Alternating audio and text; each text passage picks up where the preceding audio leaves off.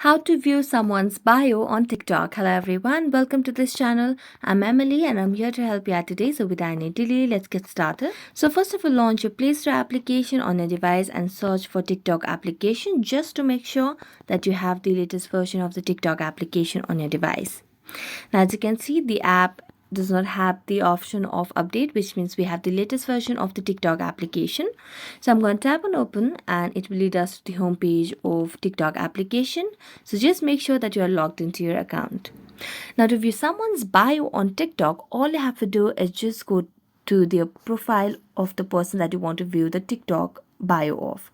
So go to their profile over here, and as you tap on your profile over here below their followers, following and likes list, you'll be able to see their bio.